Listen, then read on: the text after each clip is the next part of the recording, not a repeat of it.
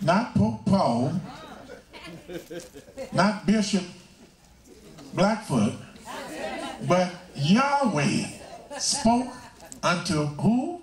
Moshe, saying, verse 2, make thee 2 trumpets of silver. I want you to make some trumpets.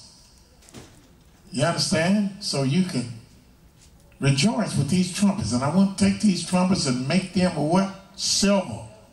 Of a whole piece shalt thou make them. Make it of a whole piece.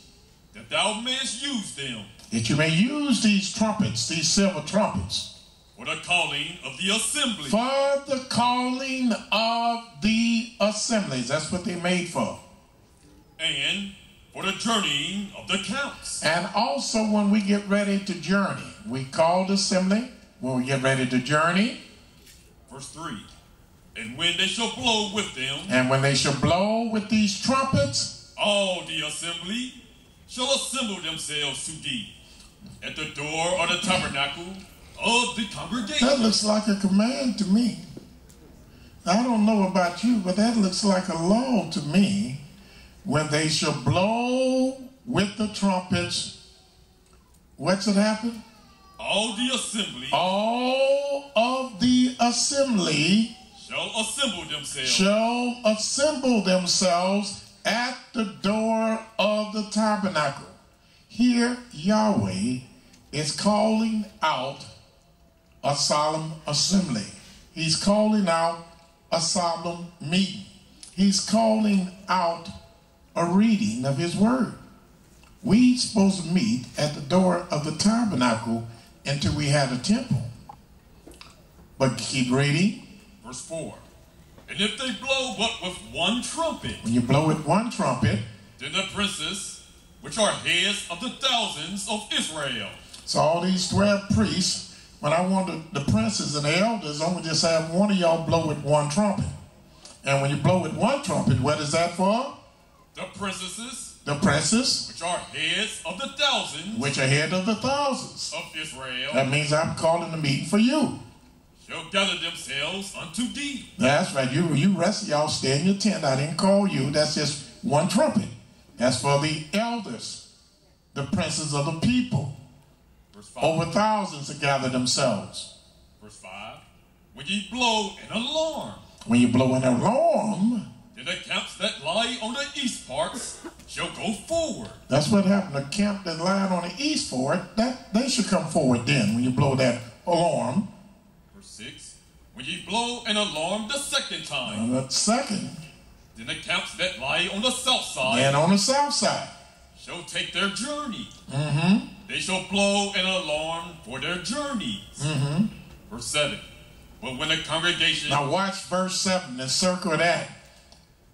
But when the congregation. But when the congregation. Is to be gathered together. Is to be gathered together. Ye shall blow. Ye shall blow. But ye shall not sound an alarm. Don't sound no alarm, because this is for the congregation to be gathered together. Verse 8. And the sons of Aaron, the priest. All right, so when we hear that trumpet blow, the people are to be gathered together. And you see where they were to gather themselves together at the door of the tabernacle. Now when you read this line by line and you get to verse 10, then you see that it says, verse 10, also in the day of your gladness. Also in the day of your gladness. And in your solemn days. And in your solemn days. And in the beginning. And in the beginning. Of your months. Of your months. Ye shall blow with the trumpets. You should blow with the trumpets. Now when you blow with the trumpets, what the people to do? Get together. Get off their lazy bed. Turn off the basketball game. Put down the weed.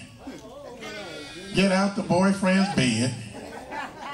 And come to class, because this is an assembly that Yahweh has ordained, and he has ordained it with a law.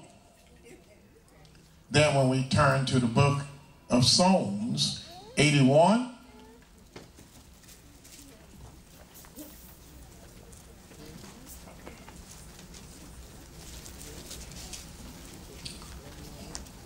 Psalms 81.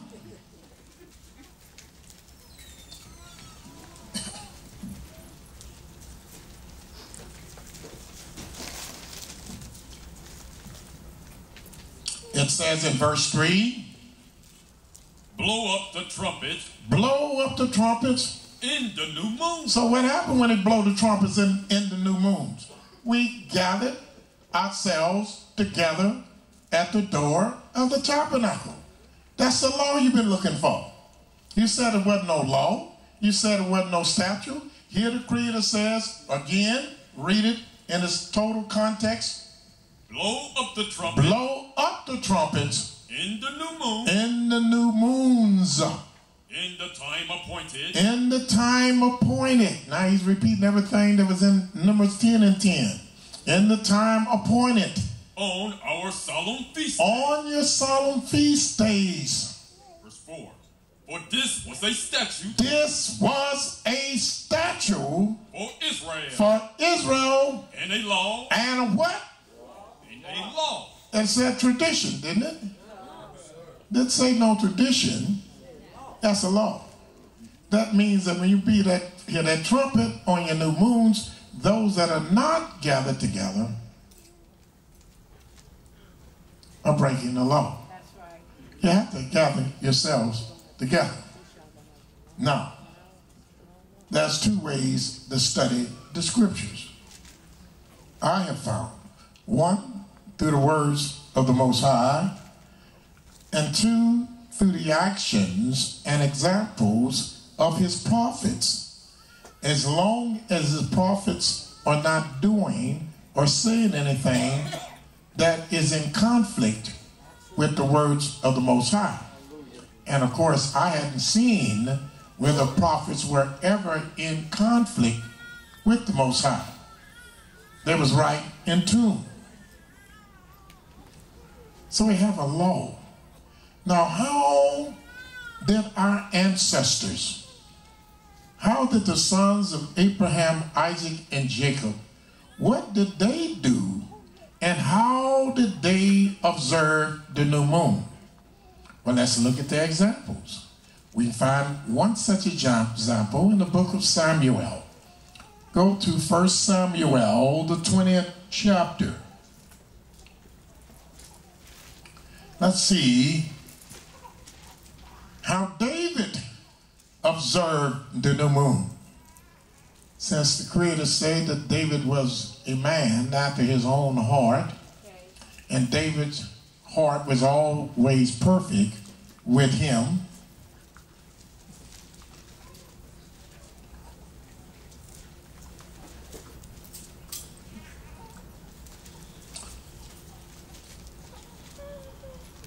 it says, everybody have it? First Samuel 20th chapter. Read the 4th and 5th verse. Then said Jonathan unto David. And then said Jonathan unto David, whatsoever thy soul desireth, I will even do it for thee. I'll do it for you. Anything your soul desires.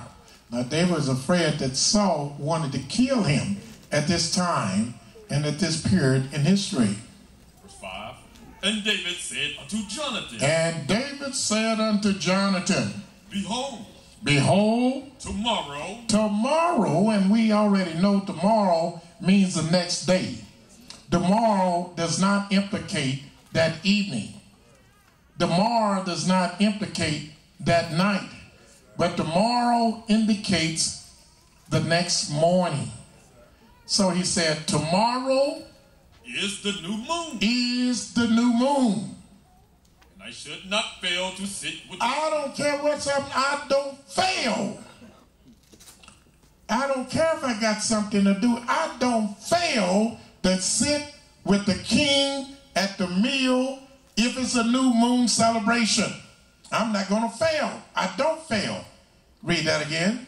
And David said unto Jonathan. And David said unto Jonathan, Behold, tomorrow is the new moon. Tomorrow is the new moon. And I should not fail to sit with the king at meat. And I will not fail to sit with the king at meat.